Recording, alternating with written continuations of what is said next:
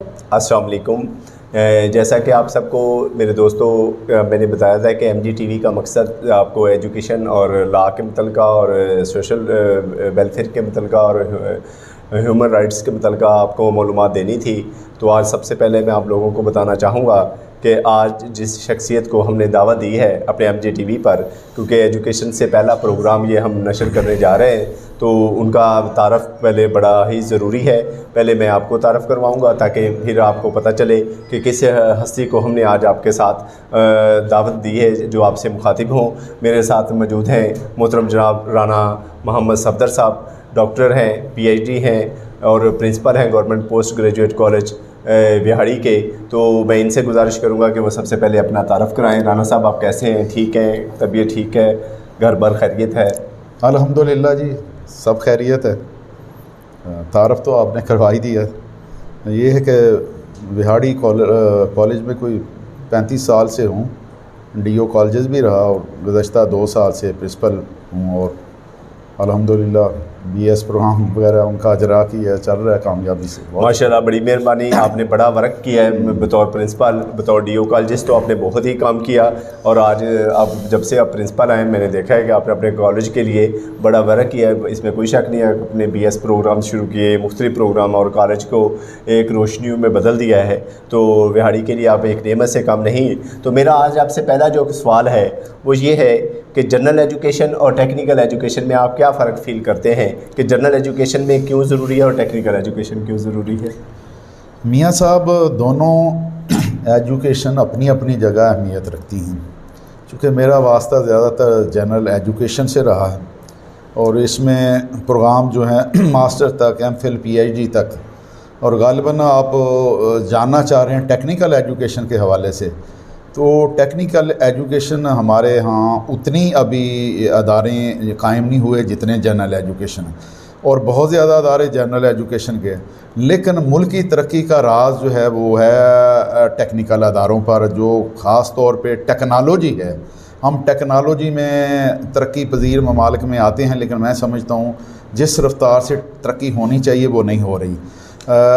تھوڑا سا نقشہ اگر ذہن میں رکھیں، جرمنی، جاپان، فرانس، اٹلی، اب دور نہ جائیں تو آپ جتنی گاڑیاں آپ کے زیر استعمال ہیں شہر میں، پاکستان میں آپ دیکھیں سب جاپان کی، ہونڈا کی، سوزوکی کی، یہ تمام جاپان کی ہیں، اور یہ ٹیکنالوجی کا کمال ہے، انجینئرنگ کا کمال ہے۔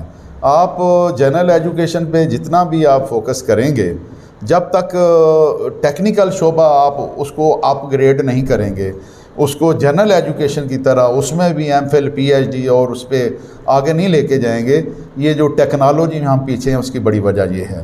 تو باقی رہے کورسز ٹیکنیکل حوالے سے، تو جیسے انجینئرنگ ہے، اور اس کے ساتھ آپ سب انجینئر ہیں، ڈپلوما ہے، اور میں سمجھتا ہوں کہ جتنے سول ہے، الیکٹریکل ہے، یا 2-3 اور ہیں، اس شعبے میں بھی وسعت پیدا کرنے کی ضرورت ہے۔ نئے سے نئی ضروریات پیدا ہو رہی ہیں کہ آپ چاہتے ہیں جدت ہو، اس میں جدت ہو، اور لوگوں کو پہلے آگاہ کیا جائے۔ پھر ایک بڑی وجہ اس میں جب غور کر رہا تھا، رات آپ نے بات کی، تو ہمارے یہاں ٹیکنیکل یا ٹیکنالوجی کی پیچھے رہنے کی وجہ جو ہے نا، ایک توانائی کا بحران ہے۔ ہم نے اس مقدار میں بجلی یا دیگر سورسز پیدا نہیں کیے، استعمال میں نہیں لائے۔ اب انجینئرنگ کے میدان میں آپ دیکھیں، لاہور میں، شیخو پورہ میں، فیصل آباد میں، یا گجرانوالہ گجرات وزیر آباد میں، یہ جو نا انڈسٹری ہے بہت زیادہ۔ اب ہمارا اتنا بڑا علاقہ ہے، 777 کے قریب وہاڑی میں دیہات ہیں، اس میں سے جتنے لوگ ہیں، افرادی قوت ہے، اس کے لیے روزگار کے وسائل بہت کم ہے۔ ایک انڈسٹریل اسٹیٹ 8-10 سال سے ابھی وہی یوں سمجھ لیں کہ ڈیولپ نہیں ہو پائی۔ تو ٹیکنیکل ادارے جو ہیں ٹیکنالوجی کے فروغ کے ساتھ ان کا کردار بہت بڑھ جاتا ہے، اور بہت بڑی کھپت اس میں ہونی چاہیے، اور اس کی بنیادی وجہ توانائی کا بحران ہے۔ اور پورے خطے میں بورے میں کوئی چھوٹی موٹی فیکٹریاں ہوں، ہمارے بھی ہیں، ملتان روڈ میں نظر آتی ہے، سیڈ سے والے ہیں، کوئی کھاد فیکٹری ہیں، لیکن جس طرح فیصل آباد، شیخو پورہ، لاہور یہ سنگم ہے فیکٹریز کا، یہاں کیوں نہیں بن سکتی؟ ہمارے ہاں تو زمین زیادہ سستی ہے۔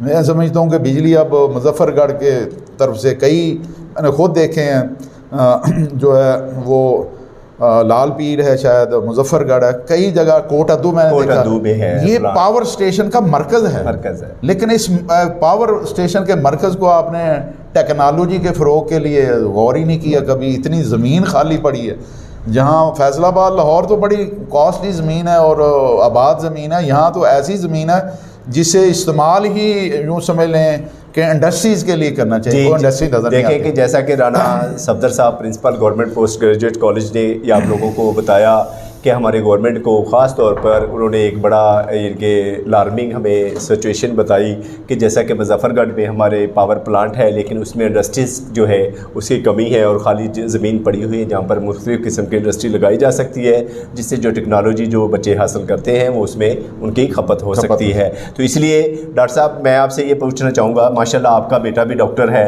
اور آپ نے ڈاکٹر بنایا اور لوگ انجینئر ہی، میں یہ پوچھنا چاہوں گا لوگ ڈاکٹر اور انجینئر پہ اتنی توجہ کیوں دیتے ہیں، اور جبکہ بچہ جو ہے وہ مینٹلی طور پر اپسیٹ ہو جاتا ہے کہ جبکہ میں نے یہ دیکھا کہ ایم کیٹ اور ای کیٹ میں آپ دیکھیں کہ میرا خیال نہیں کہ ہزاروں کی تعداد میں لوگ یہ امتحان دیتے ہیں، اور لیکن ڈاکٹر تو کم از کم دیکھیں جو آپ کے پاس مخصوص سیٹیں ہیں ان پہ ڈاکٹرز آتے ہیں، لیکن اس کی وجہ کیا ہے؟ ان کے والدین کو آپ کیا پیغام دینا چاہیں گے کہ اپنے بچوں کو ذہنی طور پر اتنا مفلوج کیوں کر دیتے ہیں کہ وہ صرف ان کو ذہن میں ایک ہی بات ڈالتے ہیں کہ ہم نے ڈاکٹر اور انجینئر ہی بننا ہے؟ اچھا میاں صاحب میں تصحیح کر دوں، میرے 3 بچے ہیں، تینوں ڈاکٹر ہیں الحمدللہ، 2 ایک کی شادی بھی ہوگی، سرونگ ہے، بیٹی کی بھی شادی لاہور نوکری کرتی ہے، بیٹا بھی یہاں سرکاری ایک ہسپتال RSC وہاں جاب کر رہا ہے۔ تو یہ تینوں بچے تیسری میڈیکل کالج میں تیسرے سال، یہ میں خوش نصیب ہوں، اور مجھے میڈیکل کے شعبے سے زیادہ مطلب واسطہ بچوں کی وجہ سے پڑھا، میرا تو شعبہ ظاہر ایجوکیشن ہے۔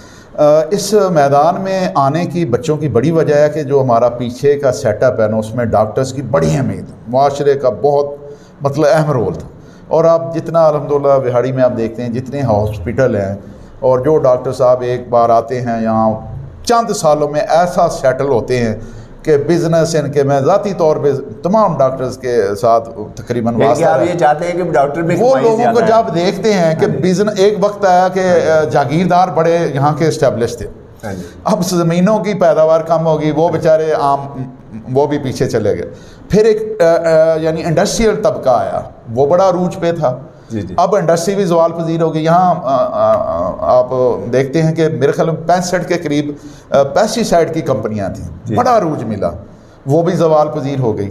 ایک ہی طبقہ ہے جس نے یہاں بہاڑی میں شروع سے آج تک گرو کیا ہے اور بزنس کیا ہے، اور ان کے ماشاءاللہ الحمدللہ میرے بچے ہیں، اللہ ان کو بھی اور زیادہ ترقی دے۔ ڈاکٹری شعبے میں اتنا پیسہ آ گیا، اتنے لوگوں کے آپ دیکھ رہے ہیں، کمپلیکس دیکھ رہے ہیں، خلق سے نکل کے پیسے کی طرف چلا گیا۔ یہ وجہ لوگوں کی طرف ہے، ہر آدمی چاہتا ہے کہ میرا بھی بچہ یوں ہاسپٹل بنائے، وہ بھی اتنا بڑا معاشرے کا ہو، لیکن ہوا الٹ ہے۔ اب آپ کی حقیقت سن لیں، میرا بیٹا بھی بن گیا ڈاکٹر، جب سے پرائیویٹ سیکٹر کھلا ہے نا، باہر کی سے ڈاکٹر آتے ہیں، تقریباً میں بڑا سروے کیا، ہمارے کالج سے بہت بچے جاتے ہیں، 4000 کے قریب پنجاب سے ڈاکٹر نہ پروڈیوس ہو رہے ہیں سرکاری اداروں میں، اور اس سے زیادہ تقریباً 5-6 ہزار کے قریب جو ہے نا فارن سے بچے آتے ہیں، اور وہ جو ان کا PMDC کا تھا PMC بن گئی، اس سے کوالیفائی بھی کر لیتے ہیں۔ اب اتنے زیادہ ڈاکٹر فیلڈ میں آ گئے ہیں، تو بیٹا جب بیٹی انٹرویو کے لیے جاتے تھے 10 سیٹیں ہوتی تھیں یہاں، PFMC جو ان کی بنی ہوئی ہے تنظیم رکھتی ہے، تو 10 سیٹوں پہ 200 300 ڈاکٹر وہاں۔ ڈاکٹر صاحب یہی میرا کویسچن آپ پہ یہ اب بے روزگاری کا جو سیلاب ہے وہ اس میڈیکل شعبے میں آ چکا ہے۔ اب میں اپنے بیٹے سے جب نیگوشیٹ کرتا ہوں تو وہ کہتا ہے کہ میں پاپا جی مشورہ دوں گا لوگوں کو کہ آپ نا جو یہ کمپیوٹر سائڈ پہ ہے، جو نا انفارمیشن ٹیکنالوجی یا یہ جو IT کی دنیا ہے، یہ دنیا میں IT ایکسپرٹ جو ہے نا اس کی ڈیمانڈ سب سے زیادہ ہے۔ پرنسپل گورنمنٹ کالج نے ہمیں یہ پیغام دیا ہے کہ جو ڈاکٹرز ہیں باہر سے جو کھیپ آ رہی ہے کہ جیسا کہ انہوں نے بتایا کہ 4000 کے قریب پاکستان میں پروڈیوس ڈاکٹر ہو رہے ہیں، اور اس کے علاوہ 6000 کے قریب باہر سے ڈاکٹرز آتے ہیں. اور آپ سب کو یہ پتہ ہونا چاہیے کہ صرف 6000 ہی نہیں، بلکہ آپ کو میں ایک اور آپ کو انفارمیشن دینا چاہتا ہوں کہ ابھی جو پرائیویٹ کالجز اور مختلف ممالک کے اندر، جو چائنا کے اندر مختلف رشیا کے اندر سے جو ڈاکٹرز آ رہے ہیں، ان میں جو ڈاکٹرز بنیں گے اور آئیں گے وہ بہت بے روزگار ہوں گے. تو آخری سوال میرا آپ سے یہ ہوگا کہ سی ایس ایس اور پی سی ایس کے لیے یہ آپ کیا کہنا چاہیں گے والدین سے کہ بچوں کو اس طرف کیوں نہیں مائل کرتے کہ وہ جنرل، یعنی کہ بچوں کو بجائے اس کے کہ وہ ڈاکٹر اور انجینئر پہ ہی رکھیں، وہ پی سی ایس اور سی ایس ایس کے امتحان کے لیے کیوں نہیں تیار کرواتے؟ ہاں جی، بات صحیح ہے کہ جتنا ٹیلنٹ انجینئرنگ میں اور میڈیکل شعبے میں جا رہا ہے، اگر وہی ذہانت شروع سے اس طرف سی ایس ایس کی طرف آئے تو بلا شبہ ہمارے ہاں اچھے بیوروکریٹ، اچھی بیوروکریسی آئے. لیکن ایسے ہے کہ اب بھی لوگ آ رہے ہیں، ڈاکٹر بھی آ رہے ہیں، انجینئر بھی آ رہے ہیں، کوئی پابندی نہیں ہے. جی جی جی، ڈاکٹر بھی پسند کرتے ہیں، لیکن یہ ظلم یہ کرتے ہیں کہ جس پہ گورنمنٹ کا اتنا پیسہ لگا ہے، جس لیڈی ڈاکٹر کا، اسے فیلڈ میں جانا چاہیے، کرنا چاہیے. اب جب وہ چھوڑ کے آئے گی ادھر تو اس کا پیشہ تو نہیں تھا وہ، لیکن وہ کمپٹیشن ذہانت سے آ جاتی تو یہ چیزیں مطلب اس کے شوق میں آ جاتی. تو آنا چاہیے شعبہ سی ایس ایس کا. الحمدللہ آ رہے ہیں ابھی. بہت بڑی تعداد خواتین کی آپ اسسٹنٹ کمیشن دیکھیں، مور دین 50% وہ جو C S S. Thank you very much. جیسا کہ ڈاکٹر صاحب نے کہا کہ پی سی ایس اور سی ایس ایس کے لیے ہماری خواتین کو اور ہمارے بچوں کو آگے آنا چاہیے، اور سی ایس ایس اور پی سی ایس جب کریں گے تو ملکی ترقی میں اور زیادہ اہم رول ادا کریں گے.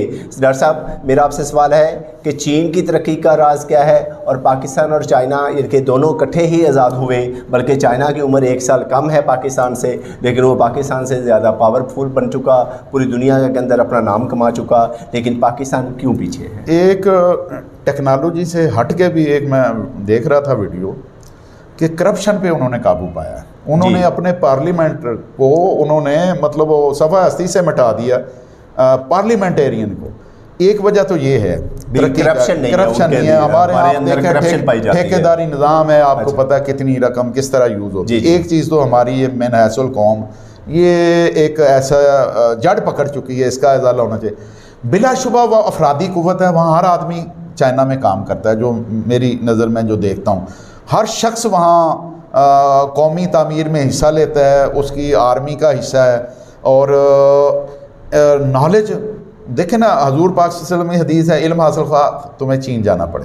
آج سے 1400 سال پہلے بھی چین آمدے آگے تھا ٹیکنالوجی میں. یہ چیزیں ہیں قوموں کی تعمیر میں، جو ان کی ٹیکنالوجی نے وہ ٹیکنالوجی میں آپ سمجھتے ہیں کہ وہ آگے، ہم ان کا مقابلہ نہیں کر سکتے، لیکن ہم ان سے مستفید ہو سکتے. آخر میں آپ اپنے کمیونٹی کو، پاکستانی کمیونٹی کو اور گورنمنٹ کو کیا سجیشن دینا چاہتے ہیں کہ ہمیں کون سے اقدامات کرنے چاہیے کہ یہ ہم بہتری کی طرف جا سکیں؟ اور آپ شارٹ اور مختصر آپ بتائیں گے. یہی ہے کہ انقلاب تو تعلیم کے ذریعے آتا ہے، شعور ہے تعلیم.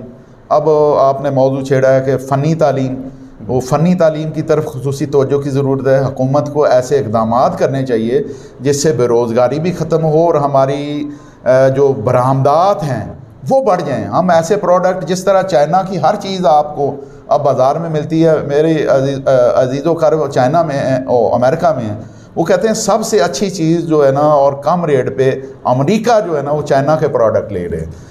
یوں سمجھ لیں چائنا پوری دنیا پہ اپنے پروڈکٹس.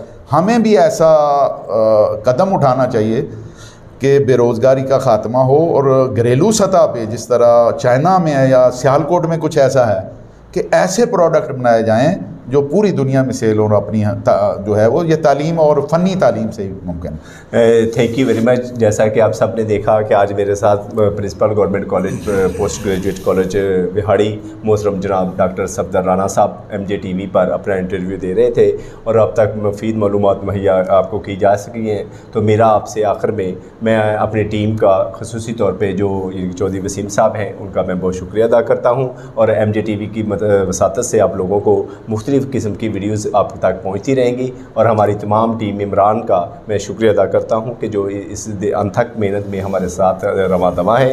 اور آخر میں آپ سب دوستوں کو یہ بات کہنا ضرور چاہوں گا، جیسا کہ میں پہلے کہتا ہوں کہ بیل آئیکن اپنا MJ TV کا ضرور دبائیں اور اس کو سبسکرائب کریں، لائک کریں، تاکہ ہم آپ کے بچوں کے لیے، آپ کے لیے، ملک پاکستان کے لیے خدمت کر سکیں۔ پاکستان زندہ باد۔